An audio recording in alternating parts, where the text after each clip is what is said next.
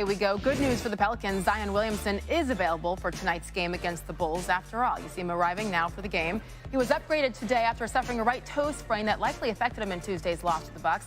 He had 20 points, 7 boards, 5 assists, but he struggled from the field, just 5 of 19. Right now he's averaging almost 20 points per game with 8 boards, shooting almost 55% from the field. Take a look at this. He made his much anticipated debut January 22nd. Since then, the Pels rank 4th in the NBA in paint points per game. They were 21st in that category without him, so it's a huge jump. He's made his impact on defense as well. Pelicans rank in the top 10 in opponents' field goal percentage and defensive efficiency with him in this lineup. But Zion and company, they know they've got to trust the process. I'm learning that we can do a lot of great things together. We have a really bright future. I think we're just learning game by game because I'm 7 games in. They're like 50 or so. And, you know, you learn new tendencies by each player as more and more you play with them. We're a great team, so we need to start carrying ourselves as such. And, you know, we need to eliminate those small things that we do in the game that kind of cost ourselves the game because great teams don't do that. Pelicans reporter Andrew Lopez joins us now courtside before the Bulls game begins. And Andrew, we all know it's gonna take time for Zion to get in a groove, just like any rookie. So what are the Pelicans doing to make him more comfortable out there?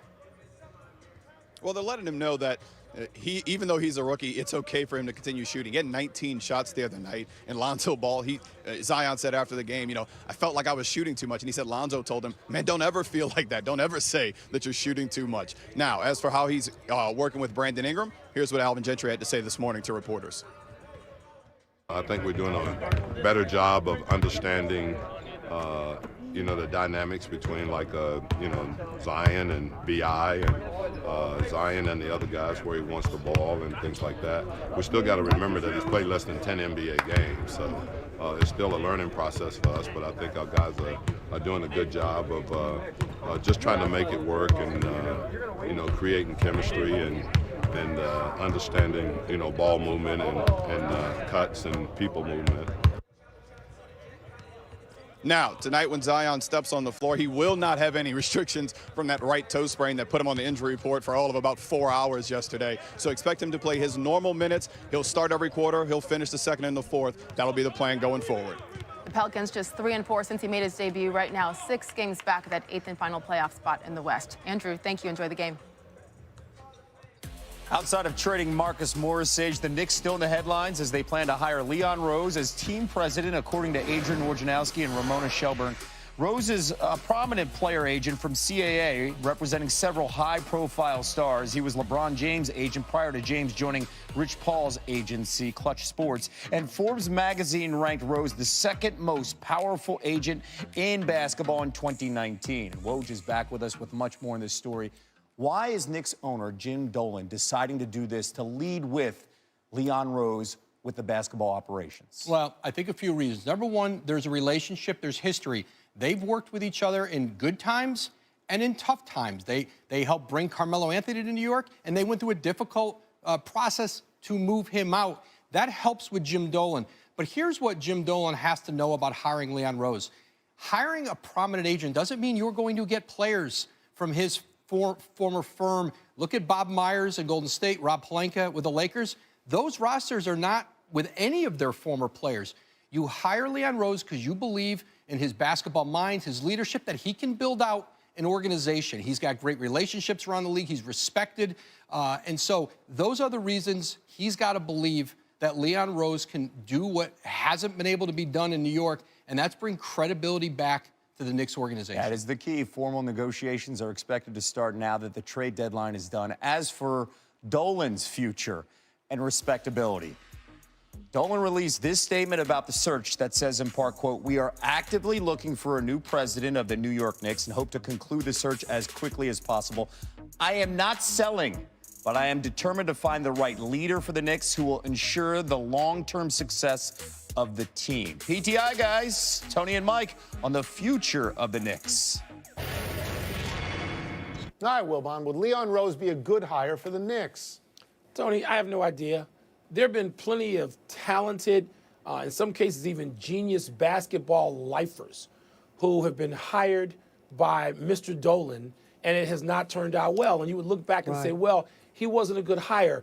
I mean, when you have Phil Jackson going in, would you say he's going to be a good hire? Yeah, you would. When you have Larry Brown going in, would you say he's going to be a good hire? Sure. When you have Isaiah Thomas, you can go, there's a list. There's a list of people who have done great things, who wear rings. The guys I mentioned, they all got rings, right? And they've been successful in other places. So I don't know. This has to do with the Knicks and Dolan more than it does with their credentials. Yeah, just picking up on that for a second. And if you get somebody like Masai Ujiri, who's won a championship, you have to cede a little bit of power, or you're not going to get him.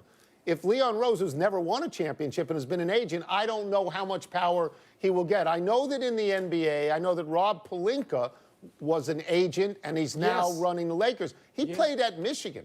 Bob Myers was an agent. He's now running the Warriors. He played at UCLA. Leon Rose played at Dickinson's, great little school in Carlisle, Pennsylvania. But it's not that I want to be skeptical as much as I'm not sure of this. The Mets did this.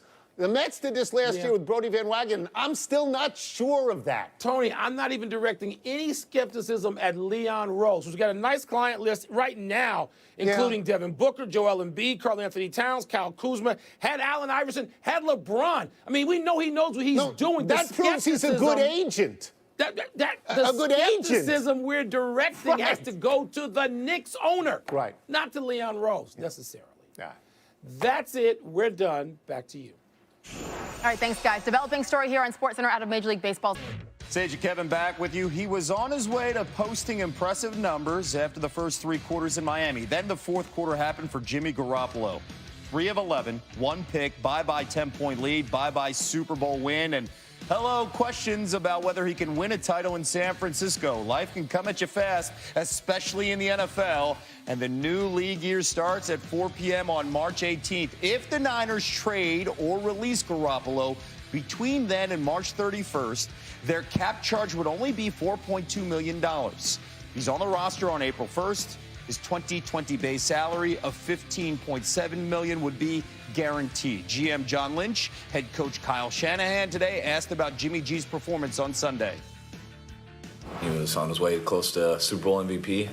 And we all know we didn't make those plays at the end, but we made those plays all year, our whole team. That's one of the reasons we were there.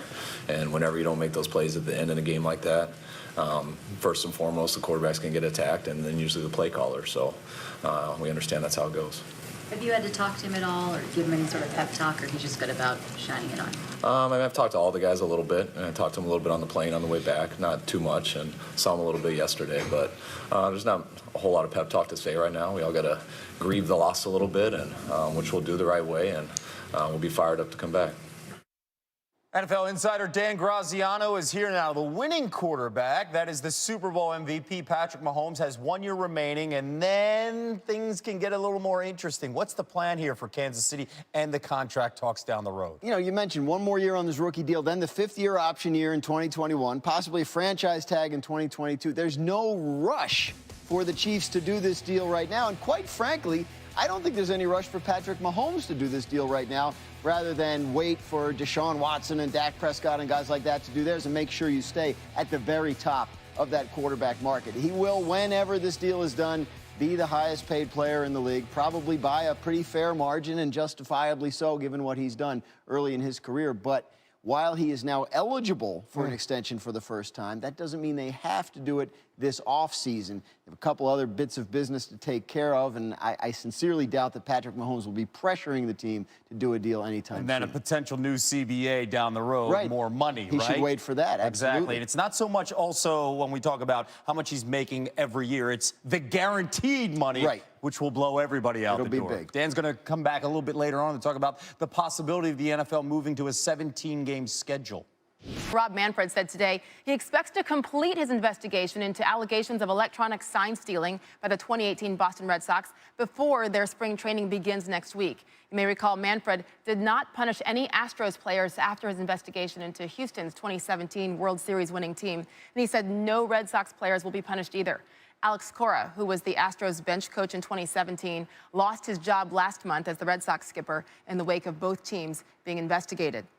In other news, ESPN's Jeff Passan reports that the blockbuster 3-way trade that would send star outfielder Mookie Betts and starter David Price to the Dodgers has been held up because of questions surrounding the health of at least one player.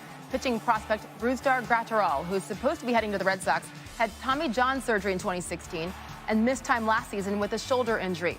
Sources tell ESPN that officials are confident the deal will be completed. And as it stands now, Dodgers get the 2018 AL MVP in Betts, along with former Cy Young winner David Price. They shipped starter Kenta Maeda